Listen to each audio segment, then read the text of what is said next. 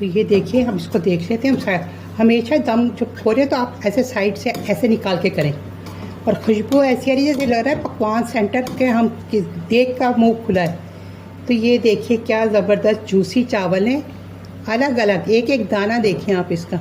आप देखिए एक एक दाना अलग है। और बिल्कुल यकीन करें, ये जो मैंने दूध वाली आपको ट्रिक बताई है, ये सभी क्या होती है, छोटी छोटी ट्रिक्स होती हैं, मगर ये ना बहुत फ़ायदे की चीज़ होती है। इसमें हमने लेमन डाला, तो जब हम दूध डालते हैं तो लेमन के साथ ना वो अंदर जाके खोया बन जाता है, जिससे बहुत ज़बरदस्त हमारा जायका हो जाता है पुलाव का।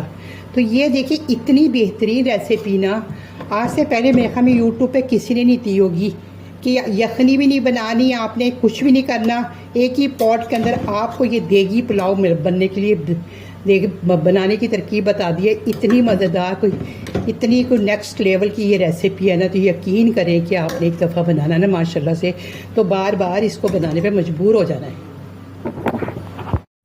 बिस्मिल्लाहिर्रहमानिर्रहीम, अस्सलाम वालेकुम। खुश रहें, आबाद रहें, जहाँ जहाँ रहें हेल्दी रहें और हैप्पी रहें। मैं शेफ़ शीना आपको अपने चैनल शीना की किचन में वेलकम करती हूँ।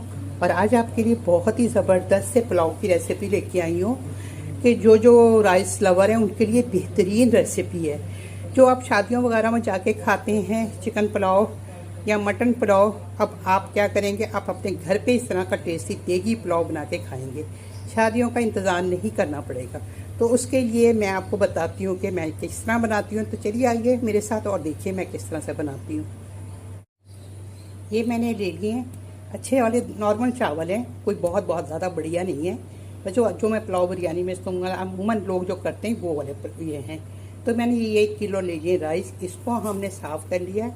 अब अच्छे तरीके से इसको हम भिगो देंगे। और जब भिगोते वक्त का ये एक तरीका है कि आपने बहुत अच्छे तरीके से पानी निकालें, जब तक इसका स्टार्च ना निकल जाए, जब तक आपने इसको धोते रहना है। और स्टार्च निकलने का सिंगल ये है कि जब बिल्कुल आपको पानी में सफ़ेद चावल नज़र आने लग जाए, समझ जाए कि स्टार्च निकल गया है। तो ये हो गए चावल के बारे में। और ये है चिकन के बारे में।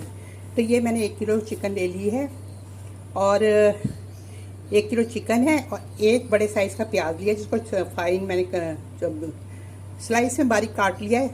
ये आधा तो अभी जाएगा और आधा बाद में जाएगा। साथ में जिंजर का बड़ा सारा 2 इंच का टुकड़ा था जिसे मैंने काट लिया है। तो 2 टेबल स्पून अभी जाएंगे और 2 टेबल स्पून बाद में जाएंगे। चलिए आइए फिर शुरू करते हैं पकाना। पतीली में मैंने आधा कप ऑयल डाल दिया। वैसे ही पकवान हाउस वाले देग में जो डालते हैं घी डालते हैं, अगर घी में